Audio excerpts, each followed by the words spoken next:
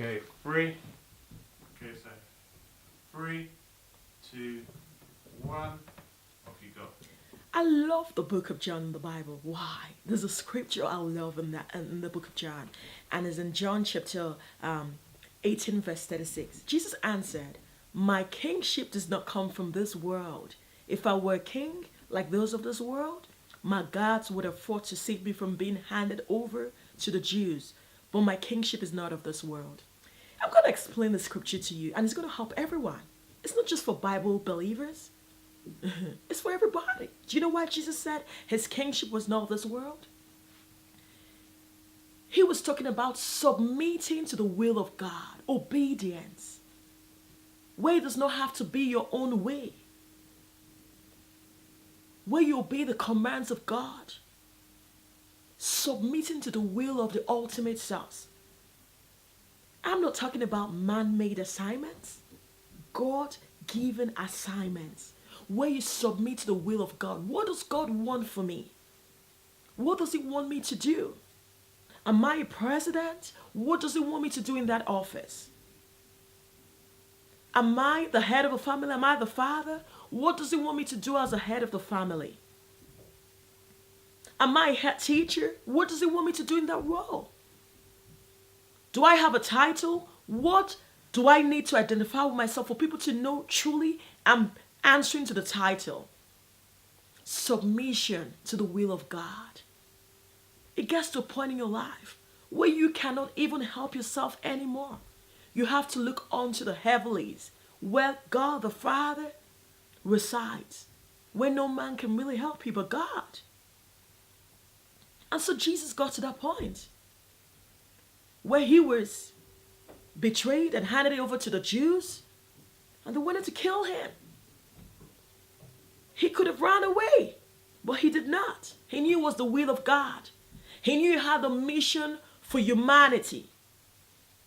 He knew somebody had to pay the price for inconvenient truth, to make man a better person, to become a channel of solution. He needed to submit. And we're in that era where a lot of us have to go back to the basics. Going back to the basics is the toughest decision to make. You may lose your wealth. You may be displaced from your normal abode, your comfort zone. Don't worry about it. Jesus went through it as well.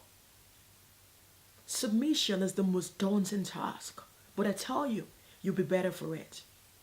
And that was what happened to him in his transfiguration, where he became transfigured, prepared to become a channel of solution, to raise people back from the dead, to heal sicknesses and diseases. I'm sure you all want to be in the position where you can now become a channel of solution. As a president, you can also perform signs and wonders in your role, in your assignment. Yes, you can. You can. Where you do not offer palliatives anymore. You become a source of permanent solution, not just palliatives. You become an ambassador for God because you've been prepared. You've gone through your wilderness dance. You've not just been put there by man, but God has put you there for a specific purpose, assignments, timeline that requires a strategy and a finish line where you now need to prepare for your successor. So this scripture is a very powerful one. We need to all apply it in our various lives. My kingship is not of this world. I've got to answer to somebody, not just myself, not just to the Congress, not just to parliament, not just to the rulers, the local rulers. No. Somebody has put me there. This would only apply to you if God called you, if you're called and chosen by God.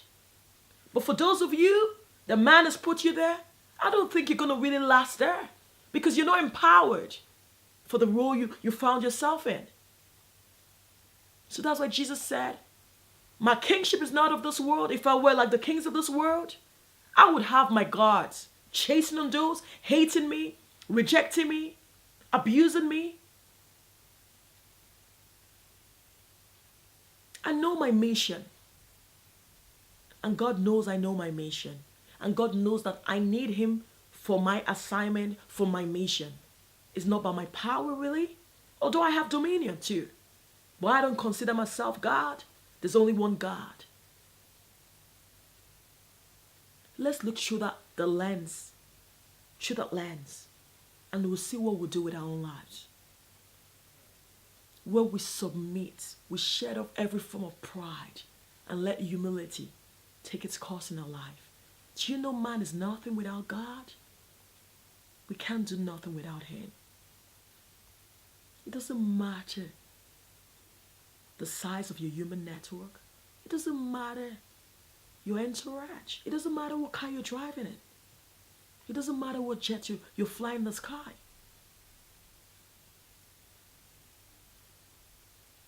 It's time for a lot of us to look up to God and nothing else. That was what Jesus did. And that's why He said His rulership, His kingship is not of this world. In essence, the world cannot really help Him. God. We're in a sensitive era. I call it a great sensitive era.